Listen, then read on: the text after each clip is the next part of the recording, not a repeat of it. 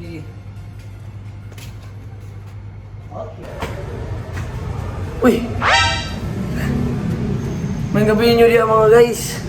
Kakaroon na ako dito sa good shot kay Manula Mig Billiard.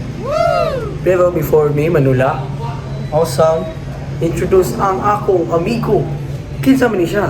Kani siya, muni siya isiging ka-top scorer sa mga section.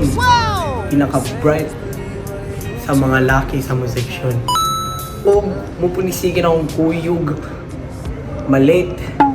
Pero bisag malit, top student talaga po ni siya. Kani siya, taga Balugo, Dumaguete City. 18 years old, ngunit sundo na ako. Pag wala ko ilayang masakyan, kay mura may naay lisensya na mo. Og kani siya, mupoy sige paglibre na ako. Unang kamo namin, Divis Good Shot, kay siya na po'y maglibre na ako. Pero bisag kung saan niya dula kalaban ako, ligyan po niya siya ka-building. So, I will introduce you to Ken Irvin Ramos Villagantol. Hello, Sel. Oh, nana ko. Mind games until you lose control.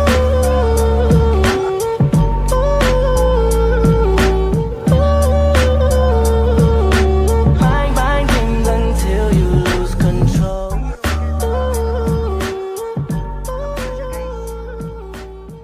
Time sa, anong ga-introduce na ako niya? Was sila kailan nimo? Dili na mao. Dapat makailasan sila nimo. Sige. So, mao din ni siya akong pinakabut ang amigo. Kadungan akong kalate. Mukha og baboy. Mayo mo dulag basket pero baka kayong bilyard. Taga Batinggil, 17 years old. Wapo sa murag James Reed. Pero di ay to James Weird. Ayan. Mao din siya si Axel Wayne Gordon Silio. Number 1 port. So, naman, tulad ng bilyard, no?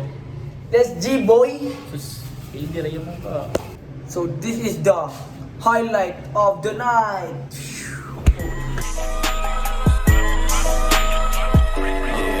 Kuya Doc, oras na para gumawang reseta. Panuldok sa mga haters ko na puro mema itutok. Man sa aking bakal ay etchapwera iputok mo kung gusto mo mag-meet siya ng gera. Pwersa ko kakaiba, hindi kaya ihambeng. Gusto nyo magbida, halatang kulang sa lambeng. Angas namin natural, ibang klase yung tinde. Smooth yung mga lakad ko, yung inyo tabingi. Okay yung coke, tsaka JD. Binaba ko muna, tumatawag kasi Kuya Doc matik tungkol sa pera. Ano